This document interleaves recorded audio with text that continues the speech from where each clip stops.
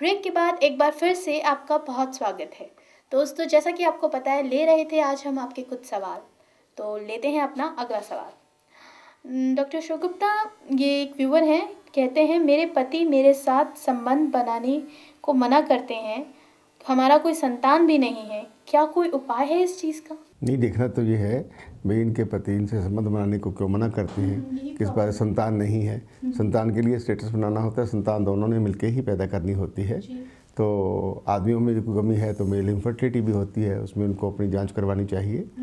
ऐसे ही अगर वो ठीक ठाक है, उनको कोई तकलीफ़ नहीं है, तो फिर वो अपनी वाइफ को लेके लिए डॉक्टर को मिले, वो उनका डायग्नोज करे भी उनको क्या तकलीफ़ है, क्यों नहीं होती, उनको कितनी बातों का पता है, कितनी को नहीं पता है। तो लोकल किसी भी डॉक्टर को मिले, राय ले, फिर उनका बात बनेगी। क्योंकि उन्होंने कुछ भी नहीं अपना बताया नहीं भी संतान किस हालत में नहीं होती, क्यों नहीं होती। देखो इन्होंने कहा है कि वो उनके साथ रिलेशन नहीं बनाते हैं, तो नेचुरली सबसे पहले उनकी सेक्सुअल हिस्ट्री जो है वो बिल्कुल पुअर है।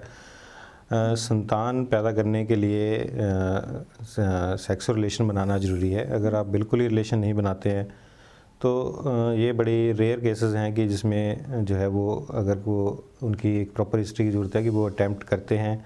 अगर अटैम्प्ट कर कई बार देखा जाता है कि इनिशियली उन्होंने कुछ अटैम्प्ट करी रिलेशन बनाने में, उनको कोई प्रॉब्लम हो सकती है, इरेक्टाइल डिसफंक्शन की अगर प्रॉब्लम है जिसमें उनको इरेक्शन प्रॉपर्ली नहीं आती है, जब प्रीमेच्योर इजैकुलेशन जल्दी हो जाती है, आउटसाइड ही वजाइना के आउटसाइड ही हो जाती है, तो वो कॉन्फिडेंस लूज़ करने के कारण उनको लगता है कि वो इस चीज़ के लिए कॉम्पिटेंट नहीं है कि वो रिलेशन बना जो है वो सक्षम है कि नहीं है।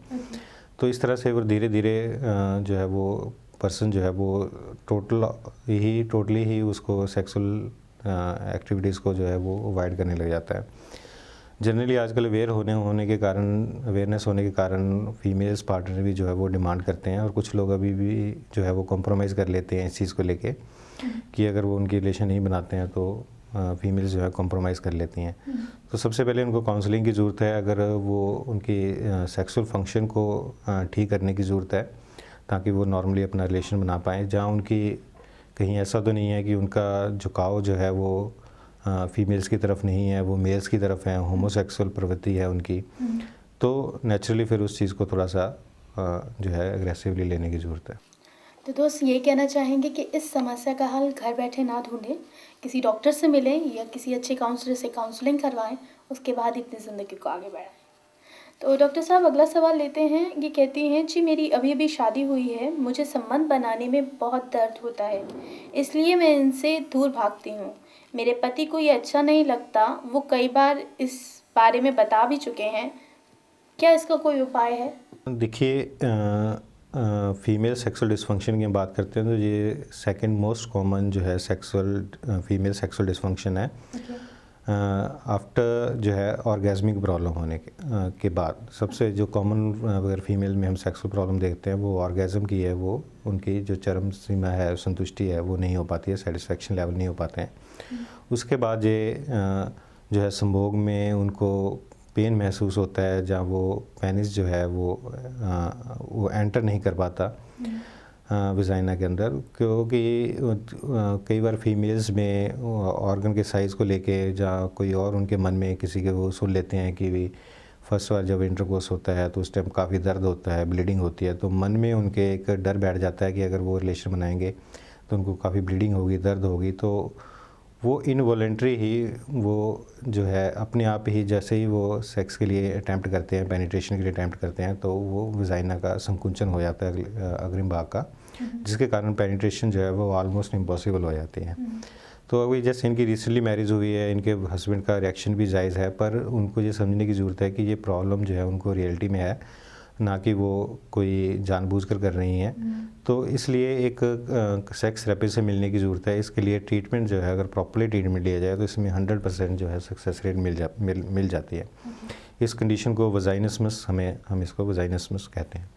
तो ज़रूरत है कि सेक्स थेरेपी से मिलें इसका और जल्दी से जल्दी जो है इसका इलाज कराएं, क्योंकि जितनी अगर डिले करते हैं तो फिर जो है वो उतना ही गहर बढ़ता जाता है, तो उससे निकलना जो है फिर मुश्किल हो जाता है। बिल्कुल।